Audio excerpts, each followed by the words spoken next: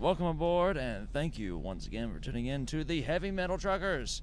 We are your hosts. I am Pincushion, and this is Doppler. Hey, I actually did it. Yay. I remembered. Been a little bit since we've done this. We've had a home time. We've had almost 2 weeks off from doing this shit, so... Yeah, at least, yeah. Yeah, so we had some issues at first because we'd forgotten how to do this. And we're doing at least setup a little different. Yes, the setup is a little different. We're trying new things. And so far, aside from setup time, I am digging this. Teardown's going to be a bitch, but... Eh. So, in this video, we are actually doing a redo of Judas Priest's Invincible Shield album. The reason we are doing this redo is because the first one was shitty, just like I said in that video. it wasn't exactly shitty. It was the fact Mine that was. You were tired. I was out of it. You were out of it. Just had woken up. I was 21 hours of being awake, and so I was just gone beyond all recognition. And I noticed that I had gotten some things wrong that I initially had made mental notes of, and so I was not going to do this or release that with wrong information, because we all know the internet, what the internet loves to do with wrong information.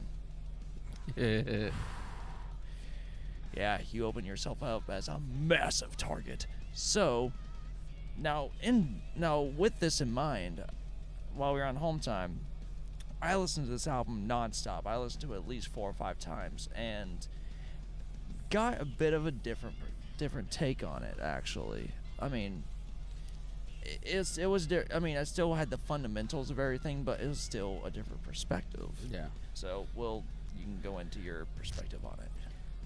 The first thing I would say about this album... Are you about to have a repeat of last time? No. I was about to say. These guys have been around for over 50 years. Matter of fact, with this album, they were the first band in history to release 2 albums 50 years apart from each other. Like, that's nuts, first of all. Wait, were these 2 albums 50 years apart? Yeah, for their first album was released 50 years before this one. Yeah. Okay, now I get where you're coming from. Yeah. Okay, my bad. And like there were albums in between. But you think about all the music and albums they put out and music they released in that time. Holy shit. Yeah. And to be able to 50 years on still put out an album like this might be the most impressive part of this album when you come down to it. It really is, and like once we get into the reviews, this will kind of just expand on how impressive this is. Yeah, I mean, well, I guess there are no bands you can say that have done that, because there haven't been any bands that have put albums for that long. But I don't know. Well, because Kiss already said goodbye, even though they're doing their holographic bullshit now. Yeah, it's so stupid. Maiden, what about them? They haven't released albums 50 years apart. I don't know when their first and last ones were, but I don't know. They might be getting close to that. While you talk, I'm gonna look that up. You know, so that alone makes this album incredibly impressive, because as a whole, the album is a incredibly solid classical metal album. Like, if you're a band out there who plays, you know, any sort of classic heavy metal, like, Judas Priest is a excellent... My mind just went blank. Inspiration, fundamental. Yeah, like on how to... Blueprints. Yes, there you go. To play heavy metal. Now, for the album itself, well, when he's done... Well, I need a track listing. So. Oh, okay. Oh, yeah, give me a moment. So when was there 2 albums? When was Iron Maiden's album? The first one was 1980. Oh, that ain't been close to 50 years then. No. 2021 was their last one, so 41 years. So they've got 9 more years to hit 50 years. Not far from it. Well, actually, technically 6 more years right now. Yeah, so I mean, Maiden's not far off. Mm-mm. Now, if Black Sabbath was still putting out new music, they'd be hitting that 50. Dude. I know, unfortunately, but like that it just hurts to think about. Yeah. So, first thing I'll say is it was a pretty cohesive album. Like, I wouldn't say there was a bad song on it. There were some songs that I preferred less than others. I mean, you'll find that. Yeah.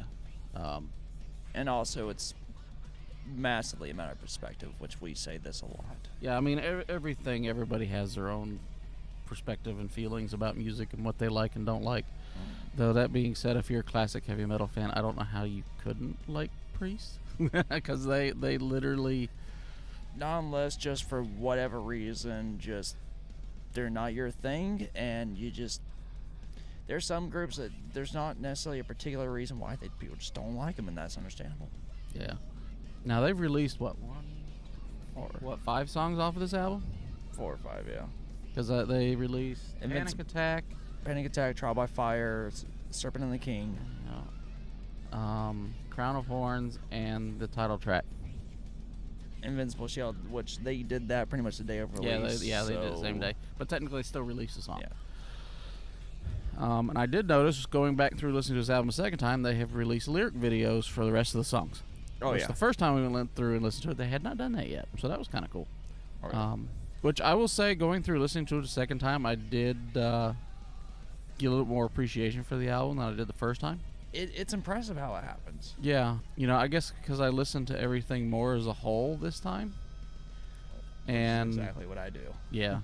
And it made the album far more impressive. Now, is it just me? Escape from Reality, did he not sound like Ozzy a little bit in that song? Okay, so that was whenever we did this thing the first time. That's something I completely forgot to mention, that he sounded exactly like Ozzy, and we are not the only ones to have mentioned that. Really? Yeah, I saw a Reddit forum where someone was looking up to see if Ozzy was mentioned anywhere as guest vocalist, because it was eerily similar how much Rob actually sounded like him. However, you could still tell it was Rob, but he did sound a lot. Very faintly you could tell it was Rob, but he's had so much of Ozzy in him. But not to mention him, but also Robert Plant. There was a lot of Robert Plant in one of the tracks. Yeah, and I definitely noticed that. Because I remember the first time I listened to the album, I wasn't a big fan of Escape of Reality, but I didn't really pay much attention to the vocals like I did this time. And having him sound like Ozzy actually made the song a little bit better now that I noticed it. Still not my favorite song on the album, but it did improve it.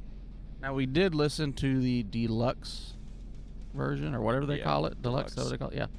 They had the 3 extra tracks, which 2 of those 3 tracks I thought were fantastic. In fact, Lodger is probably top 3 favorite on the album. But I also like Vicious Circle as well. The only one of those 3 I wasn't a big fan of was Fight of Your Life. Yeah, I think the only 2 on the album that I didn't dislike them, but if I had to pick ones that I dislike more than the others, I would say Sons of Thunder and As God Is My Witness. Everything else was either very good or I loved it. I'm not as good as you when it comes to breaking down, saying that these songs sounded like from this album, this song sounded like from that album. Because while I've heard a lot of Judas Priest albums, and I know a lot of their songs, some of them are obvious which album they come from because they're too big, but a lot of them I couldn't tell you which album they came from. That's where I'll come into play. Yeah. Like everybody knows what Painkiller came from and all that, but like the nuances of like the songs of theirs that are popular but weren't huge, I guess. Yeah. Like I couldn't tell you what like maybe Victims of Change, even though the old school fans know that one. Maybe Pain and Pleasure, like it's people know it, but they probably don't necessarily know what album it's off of per se. Which is true for me, Like I know a lot of Judas Priest stuff, but tell you which albums it come off of. Yeah. Outside of certain songs, and I would be like, But as a whole, I thought the album was very solid. It's a damn good classic heavy metal album, and like I said, when you figure that, it's been 50 years since they put out their last one, like, damn. Like it, just wow. But which I'll go in whenever I do mine. I'll explain a lot of this, but they executed this and how they went about it perfectly. Yeah. Now I know, like, I like Panic Attack more than you do, which the main reason why I like Panic Attack is because I like the verses. I think it's because they got a little bit of a Sabaton feel, and I'm a huge Sabaton fan. I like Devil in Disguise just because I think it has a really good groove to it. Overall, I think last time we did this, I gave it a 7.75, but I think this time I would bump it to an 8 after the second listen through, because it got better the second time through, at least for me. So, I mean, if you're a classic heavy metal fan, like I said, or if you're in a band that wants to play classic heavy metal, listen to Priest. Seriously. Like, you're not going to get much better or a better example of how to play and make good classic heavy metal. So, he ended up doing the reverse of what I typically do whenever I listen to an album. When I listen to an album, I listen to it as a whole composition, just because for me, I don't like singles. They take away from the complete context of what the whole album is. So I'll listen to the album, attempting to put all bias aside. I may or may not listen to it again. Saxon, I did re-listen to it just to kind of get an idea of the more individual tracks and what they represent individually. But that's typically how I go about these things. Now, for this one, I noticed a lot, and so I notated a lot. Like, seriously. Jesus Christ. This video is going to be 4 hours long, everybody. No, it won't. So, now, I'm not going to remember entirely exactly the nuances, just what I've written down, because I've written down some for every track, because every track mostly was a throwback. So, as overall for this album for me, whenever Priest came back into the modern realm with the firepower, they introduced Richie Faulkner. Richie Faulkner was KK's replacement. Whenever they were doing this album, to me, they said, all right, here is Richie, our new guy, and here's what he's able to bring to the table. And they just... How about this album here? No. Firepower. Its predecessor. And they just unleashed pure metal fury in a modern production, but that modern production helped it. It did not hinder it. And that is thanks to both Andy Sneap and Tom... What's-his-face? I can't remember. Tom was a really interesting guy. He was a very, like, old-school English guy. Like, oh, jolly good chap. And, like, he would be talking like that, and him and Andy actually worked off each other. Like, there was some stuff that Andy did where Tom was like, oh, wow, I didn't know that you could do that. And then Tom did stuff that Andy went, oh, wow, that actually works really well. So they worked off together so well, and that's ultimately, in my opinion, why Firepower was as good as it fucking was production-wise. Well, Andy was involved in because he didn't do any of the guitar recording. No. Nor did he do anything on this one. Glenn did the guitars on the album. And Andy and Tom did the production. Yeah, the production. Now, of course, Andy plays live for them. Yeah. And he also appears in the music video. In terms of the studio stuff, it's still Glenn. However, in the Crown of Thorns video, which was like just kind of studio setup, Glenn was playing. I know in Invincible Shield it was Andy. Yeah.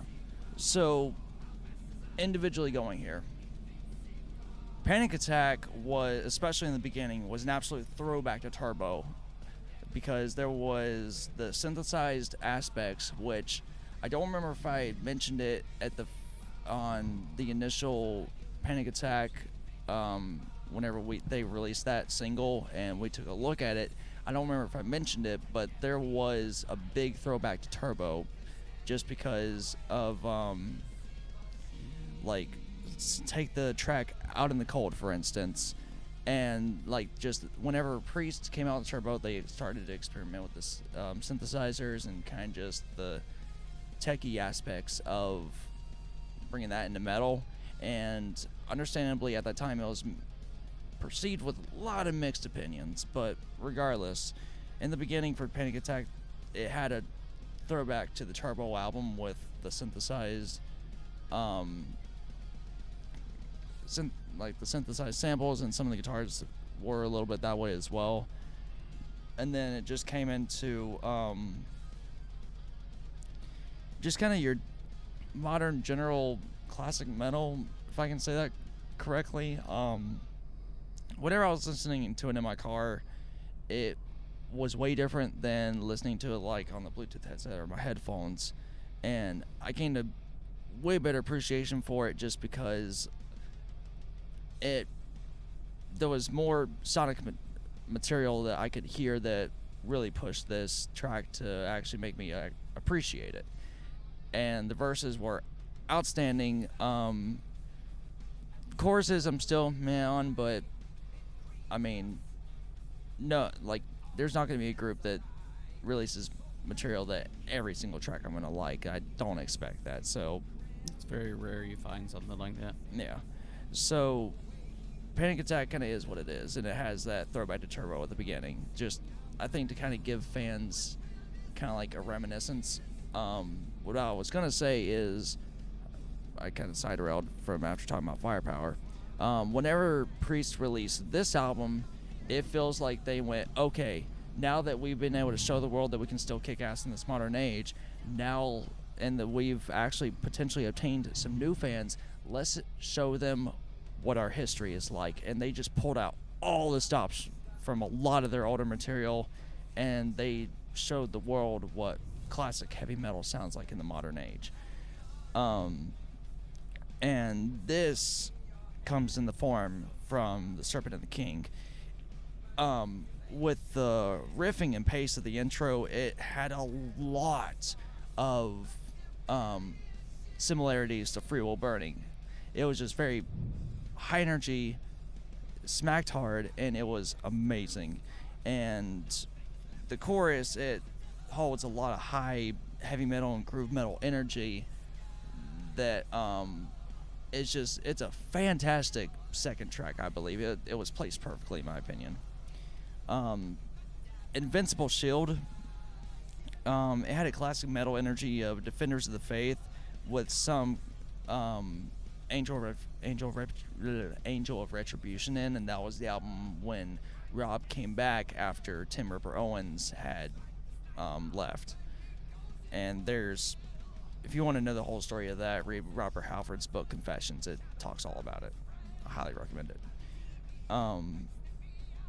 But Defenders of the Faith was kind of whenever Priest really dug into kind of honing more into that, going a little bit heavier, but they hadn't really reached, they hadn't really gone to the full force that Painkiller was, if I'm remembering the discography timeline correct.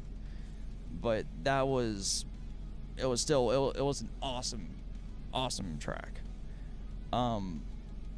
Devil in the Skies was incredibly interesting because it went back even further, and the beginning had a lot of reminiscence and throwback to Victims of Change. This was, especially in the beginning, and it, throughout the track, it continues in this consistent, hard-hitting metal that Priest is known for, and just especially in the chorus, it's not high energy, but it's impactful energy, and it is a solid groove, very similar to how Invincible Shield is in their chorus. Yeah, I love the groove in that one. Yeah, it was solid. Gates of Hell, holy shit, did I come to absolutely love this one, because at the beginning, Priest pretty much, they could be argued that they pioneered the concept of dual guitars and working off each other. Unfortunately, KK and Glenn had their fights, but when it came to being on the stage, they were just a force to be reckoned with. And there was beautiful dual guitars at the beginning, and they brought classic elements of Priest, like I said, and it went into a solid melody as well. It wasn't just playing and just shredding. They brought melody into it, and they pulled the listener in. And afterwards, there's just this amazing and groovy verse, and it goes into one of probably the catchiest choruses that would be perfect for live performance. And this is very similar to how the catchy chorus to Living After Midnight is, but it's it's a little bit more high energy, and I'd actually almost be surprised at one point if they didn't play Gates of Hell or they didn't consider it. And for me, this is honestly in my opinion, one of the best jams on this album. Now, that might be a little bit biased because lyrically, for me and what I perceive, this album or this track holds the theory of heavy metal as a religion. Because if you read the lyrics, and well, I won't look them up right now, but you can read lyrics on your own, and Rob essentially says that he will kneel at the altar and he will open his free will to the congregation of steel, which for Rob and Judas Priest has always meant heavy metal. And so for me, I'm like, holy shit, they're talking about having almost a religious experience with heavy metal, which is how I've always viewed it. Like, it's metal is something that can either be listened to, shut up, enjoyed, or some people, kind of like myself, experience. We have an experience with it, and it's almost a religious feeling. And so some songs literally, there are songs, I don't just talk about Judas Priest, but with any metal band, there are songs that will, when you almost feel like you are. Yeah, so I would agree with that completely. Yeah, so this is what this track felt for me. It was a homage and an honor to those that feel like metal is their religion, and I loved it so much. And also, they had an amazing bridge, and then it just had such a smooth ride into Richie's solo. And typically, I don't care for leads, but this was extremely well done. And it just, after the lead, they just beautifully transitioned and slammed right back into that catchy chorus, and it became an earworm for me. Like our entire home time for 4 days, I did nothing. Like majority of the time, I had that chorus stuck in my head. It was just that fucking good. Now, Crown of Thorns, I think this was an amazing. The way they organized these tracks was just amazing, because Crown of Thorns is the ballad of the album, and it holds a great emotional melody throughout. And for me, in my recollection, it's the first time hearing something emotional and almost ballad-like from Priest in a good long while. Someone out there can probably list a track or two at least that is very ballad-like, and I know a lot of their earlier material, they could have ballads on there because they were a little bit softer, especially like the Point of Entry era. As God Is My Witness was one hell of a track, because for me, it is the Leather Rebel of this album. Like, it just the consistent energy with the kick, or the drums, guitars, and the vocals in that style, along with the energy that was brought upon with the instruments, that was a lot like Leather Rebel. And now it does hold way more melody than the Leather Rebel, but it still holds that similar consistent solid energy. Trial by Fire, in the beginning, to me, it had similarities to Touch of Evil, and it moved more into an overall firepower feeling, and it actually kind of held energy that somewhat bordered an epic. And this was, like, again, with the composition of the drums, guitar, and Rob's vocals, like, it teetered on that line for me of, like, wow, this, if more, I don't know if they had intended to go this way, or it was somewhat of a back thought, but this track could have been an epic, just composition wise. Escape from Reality. Now, the beginning of this is what was quite intriguing, because whenever Priest came out with Firepower, they had the track Necromancer, and it was one of the few tracks where they went pretty dark in both the arrangement of the instrumentals and Rob's vocals, and especially in the chorus, it was just dark and it was menacing and it was just fucking awesome. And some of that mysterious and slightly eerie energy of Necromancer, to me, can be heard in Escape from Reality. That's really all. Oh, and so one of those things, those aspects of it being like Necromancer, was the amazing power, where Rob is known for doing this, especially in the earlier years, of it would be a combination of singing and spoken word, and that part was very reminiscent to like their older material, such as like Out in the Cold off Turbo. Like it was just fantastic in the sense that there's not a lot of vocalists that do this anymore. Like one of the vocalists that I feel like was famous for doing this, and just because he did it so fucking well, was Dio. He was very, like, he had melody whenever he sang, but sometimes it was almost like spoken word, but just the way he carried it was incredible. Sons of Thunder, it was this, it's funny how I wrote this.